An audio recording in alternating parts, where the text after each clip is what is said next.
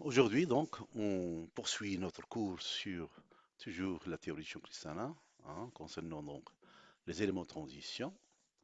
Donc, on est arrivé au cas du cobalt dans la perovskite, dans le composé YCOO3 qui cristallise dans le système cubique de type perovskite. Hmm. Donc, le cobalt, un cobalt 3+, et l'yttrium, donc yttrium 3+. Donc la structure correspondant au matériau YCO3 est de type donc cristal dans le système cubique. La coordination du cobalt, effectivement, est une coordination 6. Donc cobalt 3D6 se situe dans un environnement octaédrique. Et l'yttrium Y3+, coordination 12, donc effectivement cette structure. Et bien le cobalt, c'est un 3D6, donc en coordination 6, donc environnement octaédrique. Nous avons donc un champ octaédrique avec 6 électrons. Et nous avons deux possibilités. La possibilité du champ faible, c'est-à-dire le cas où delta O est inférieur à P, nous avons 4 électrons célibataires, donc delta est faible, devant l'énergie d'appariement, donc nous avons un seul doublet, et 4 électrons, donc chaque électron occupe une orbitale. Ça, c'est le premier cas. Et le deuxième cas, c'est le cas du champ fort où delta O est supérieur à P. C'est-à-dire, on est dans un état bas spin. Tous les électrons se trouvent dans les orbitales T de G, DXY, DYZ, DXZ. Donc, si je calcule l'énergie de stabilisation par le champ cristallin dans le cas du champ faible, nous avons donc 4 fois moins 4 dq, ça fait moins 16 dq, plus 2 fois 6 dq, ça fait 12 dq, donc moins 16 plus 12, ça fait moins 4 dq, plus 1 p. Dans le cas du champ fort, au bas spin, nous avons donc les 6 électrons occupent uniquement les orbitales T de G, donc DXY, DYZ, DXZ. Nous avons donc 6 fois moins 4 dq, ça fait moins 24 dq, plus 3p, c'est-à-dire 3 doublé 1 p. Eh bien, euh, si je résume, les deux cas, je peux avoir pour delta O inférieur à P une droite E en fonction de dq qui est égale à moins 4 dqp, c'est la droite bleue. Pour delta O supérieur à P, donc le champ cristallin est fort. Dans ce cas, c'est la droite moins 24 dq plus 3p, c'est la droite rouge. Et si je fais l'équation 1 égale l'équation 2, je peux en tirer P. Donc moins 4 dq plus P est égal à moins 24 dq plus 3P. Ça nous donne P est égal à 10 dq. Donc pour cette valeur P est égal à 10 dq, nous avons delta O est égal à P. Dans ce cas, nous avons effectivement donc nous avons un point où il y a delta O est égal à P. Donc on a donc un cas intermédiaire, si vous voulez. Donc la droite globale, c'est la droite noire. Donc pour delta O inférieur à P, vous avez cette droite, hein, parallèle à la droite moins 4 dq plus P. Et au-delà de delta O est égal à P, hein, c'est-à-dire delta O est égal à 10 dq, vous avez donc, au-delà de cette valeur, vous avez hein, une droite parallèle à la droite rouge. Eh bien, qui c'est qui va nous renseigner sur la présence des électrons célibataires ou l'absence des électrons célibataires dans le premier cas ou le second cas? Ce sont les études magnétiques. Donc, les mesures magnétiques permettent effectivement de distinguer entre les deux cas de figure. Le cas de figure champ octaédrique faible, la présence de 4 électrons célibataires, ou le deuxième cas du champ fort, on a uniquement des électrons appareillés et nous avons une absence totale d'électrons célibataires. Eh bien, cette étude, effectivement, c'est en particulier, c'est le tracé de la courbe 1 sur qui l'inverse de la susceptibilité magnétique en fonction de T, qui comprend deux parties. Une partie à basse température où il existe un ordre magnétique. Généralement, là, on trouve un ordre antiferromagnétique, c'est-à-dire que tous les moments de spin sont, sont bien sont de type 1,5 moins 1,5, donc même module et sens inverse. La température va contrarier cet ordre magnétique, donc l'énergie 4T va augmenter. Cette énergie va essayer de détruire cet ordre. Il arrive à un certain moment pour une valeur de T, lorsque T est égal à la température de Néel, on appelle ça la température de Néel, et ben, l'ordre magnétique va être détruit et on aura la partie paramagnétique. Cette partie paramagnétique, elle est distinguée par le tracé d'une droite dont la courbe incircule en fonction de t. La pente de cette droite, elle est égale, donc c'est une droite expérimentale, elle est égale à l'inverse de la susceptibilité magnétique, est égale à l'inverse effectivement de la constante de Curie-Molaire Cm. Donc P est égal à 1 sur Cm. 1 sur Cm. Donc à partir de cette pente de la droite paramagnétique, je peux en déduire la valeur de Cm expérimentale. Et Cm, effectivement, déterminé théoriquement, elle est liée au moment effectif mu effectif par la formule mu effectif est égal, si vous voulez, racine de 8cm. Donc cm est égal mu effectif au carré sur 8. Et mu effectif, elle est donnée par la formule racine de n plus 2, où n est le nombre d'électrons célibataires. Donc dans le premier cas, nous avons effectivement 4 électrons célibataires. Donc nous avons n est égal à 4. Donc vous avez mu effectif est égal à racine de 4, facteur de 4 plus 2. Ça fait 4 fois 4 plus 2, ça fait 4 fois 6, ça fait racine de 24. Pour le premier cas, delta O est inférieur à P. Donc vous avez 4 électrons célibataires, donc racine de 24. Mu effectif est égal à racine de 24. Donc mu effectif au carré est égal à 24. Donc Cm est égal à mu au carré sur 8, ça fait 24 sur 8, ça fait égal 3. Donc je dois trouver effectivement Cm est égal à 3. Cette valeur doit être comparée à celle obtenue expérimentalement et on peut en déduire effectivement le nombre d'électrons célibataires. Dans le cas de champ octaédrique fort, c'est-à-dire delta E supérieur à P, où nous avons effectivement 0 électrons célibataires, tous les électrons sont donc dans les orbitales T de G. Par conséquent, nous avons mu effectif égal 0.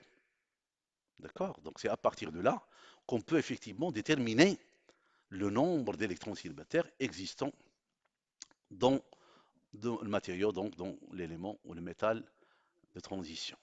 Donc l'étude, en résumé, l'étude magnétique permet effectivement de distinguer entre le champ faible, c'est-à-dire champ fort ou champ faible. Champ faible, donc vous avez situation de spin au spin fort, et l'étude de l'autre cas, c'est delta O supérieur à P, champ fort, donc nous avons une situation en basse spin.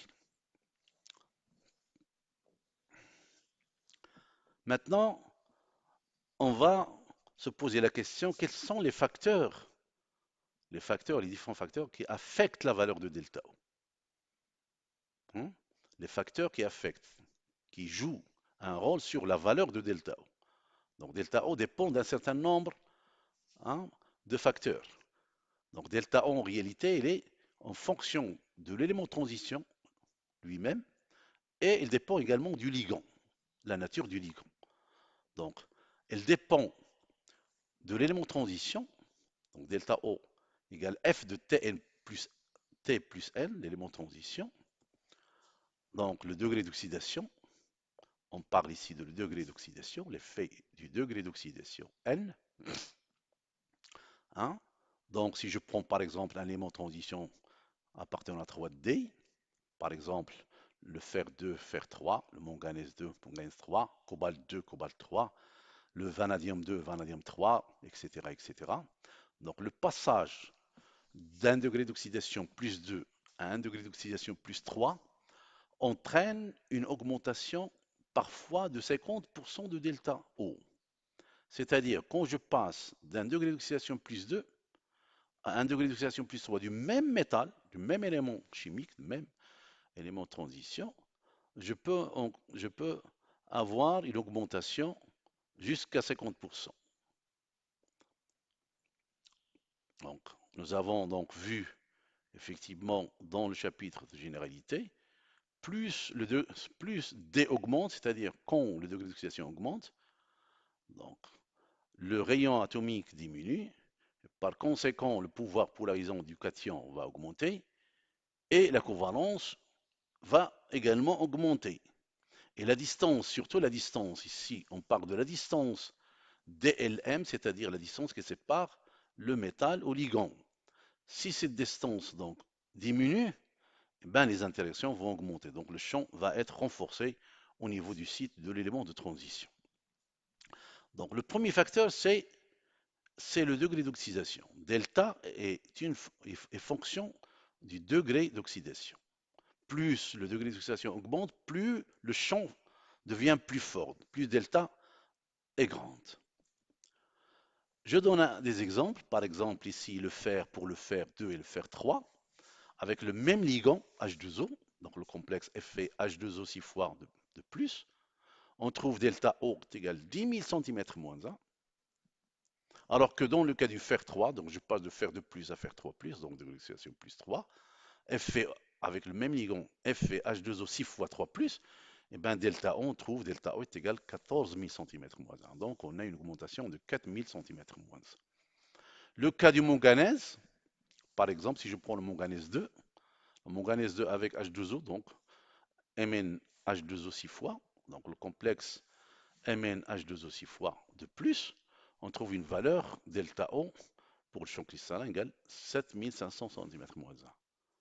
Lorsque le manganèse passe au manganèse plus 3, avec le même ligand, 6H2O, MnH2O 6 fois 3 plus, et bien delta O passe de 7500 à 21 500, à 21 000 cm moins 1. Donc, une augmentation notable de la valeur de delta. Donc, delta augmente avec N. Delta augmente avec N. Donc, l'éclatement du champ cristallin augmente avec le degré d'oxydation. L'effet de la nature de l'ion central. Toujours, on parle également du cation. Donc, la nature de l'ion central. Nous avons vu ensemble que lorsque Z augmente, plus Z augmente, plus l'énergie effectivement des orbitales 3D baisse. Donc, il se rapproche de ceux de l'anion. Donc, plus E baisse, plus effectivement la covalence augmente. Donc, les niveaux énergétiques du cation et les niveaux énergétiques donc, se rapprochent des niveaux énergétiques de l'anion, du métal, de l'anion, du métal et de l'anion, et par conséquent, la covalence de la liaison va augmenter. Plus DLM ici, la distance DLM baisse, plus les interactions augmentent, c'est-à-dire le champ cristallin, la valeur de delta, l'éclatement du champ cristallin va augmenter. C'est le cas par exemple des trois éléments cobalt, RH et l'iridium. Si je prends avec le cobalt avec le même, je garde le même ligand, NH3. Donc ici, CO, NH3 6 fois 3 plus, RH, NH3 6 fois 3 plus, donc même ligand, et que le cobalt est un 3D, donc ça se situe sur la même colonne, donc le cobalt, le RH, l'iridium, même colonne, donc mêmes électrons de valence, mêmes électrons de valence. Donc je passe du cobalt 3 plus avec NH3 6 fois au RH en IR. Par conséquent, quand je calcule delta O, je trouve pour le cobalt 3D 22 900 cm moins 1. Pour le RH3+, c'est un 4D, même colonne, donc même électron de valence, on trouve 34 cm, 34 100 cm moins 1. Quand je passe de 4D à 5D, avec les mêmes éléments, les mêmes électrons de valence, on trouve un delta O de l'ordre de 41 000 cm moins. Donc, Z, quand Z augmente effectivement, hein, la distance qui sépare donc le cation au ligand va diminuer. Par conséquent, on a un renforcement du champ cristallin et par conséquent, nous aurons des valeurs de delta plus grandes. Ça, c'est pour le cation. Petit a, c'est delta O est fonction du degré du cation, c'est-à-dire du degré d'oxydation de Z. Également, delta O varie en fonction de L, la nature du ligand. Donc, la nature du ligand également permet donc la force du ligand, si vous voulez, la force du ligand permet d'évaluer, si vous voulez, delta O. C'est-à-dire, est-ce que delta O va y avoir une grande valeur, une faible valeur ou une valeur moyenne? Ça dépend donc de la série spectrochimique qu'on donne ici. Donc, la série donne effectivement de I-, donc on parle de I-, Br-, S2-, SN2-, etc., Cl-, OH-, H2O, NH3, éthylène Cl-, et le carbonyle. Donc ici, donc la force du ligand augmente de gauche à droite. Donc, si je prends le Cn- par exemple, le Cn- est plus fort que l'éthylène. L'éthylène est plus fort que NH3. NH3 est plus fort que Cn-. Cn- est plus fort que H2O et ainsi de suite. Donc là, à gauche, vous avez des ligands faibles, la force, donc le ligand est faible, et à droite, nous avons effectivement des, des ligands forts. Donc, si le ligand est fort, bien sûr, delta est forte. Si le ligand est faible, donc delta O est faible. Effet du champ cristallin. La mise en évidence du champ cristallin peuvent être effectivement être mise en évidence par des effets structuraux, également par des effets thermodynamiques. Nous allons voir uniquement aujourd'hui les effets structuraux. Donc c'est l'évolution des rayons ioniques, on parle des rayons ioniques et leurs évolutions, l'évolution des rayons ioniques, donc dans par exemple les oxydes de type TO, si je prends le type TO, les ions de 3D, VO, MNO, FeO, COO, NiO, ZNO, etc. Donc, on s'aperçoit que effectivement RI baisse lorsque Z augmente. Nous avons vu dans le chapitre généralité que pour la même série, quand Z augmente au sein de la même série, le rayon diminue. Donc, en réalité, si je mets R T de plus du cation T de plus, V de plus par exemple, Mn de plus, fer de plus, cobalt de plus, etc. Donc je passe de D1 à D10, le scansium, scansium par exemple, même le scansium de plus n'est pas stable. Donc pour le D2 par exemple, le titane Ti de plus, vanadium, etc. Chrome, manganèse, fer, cobalt, etc. Donc quand Dn augmente, quand le nombre donc Dn augmente, nous avons donc une diminution régulière. On s'attend effectivement à une diminution régulière de rayon RT de plus. Eh bien, l'expérience ou l'étude cristallographique de ces échantillons, de ces oxydes, montre effectivement qu'il y a une évolution de RT de plus dans ces oxydes, suit deux types de courbes. Une courbe bleue pour les configurations D1, D2, D3 et D5, D6, D7 jusqu'à D8, et une autre courbe jaune qui concerne les situations et les configurations de D3, D4 d'une part, D4 et D5, et à partir de D8, D9 et D10. Donc, on a une diminution du rayon RT de plus, mais une diminution entre D1 et D3, puis une augmentation de D3 à D5, puis la diminution de D5 à D8, puis une augmentation, effectivement, puis une augmentation de D8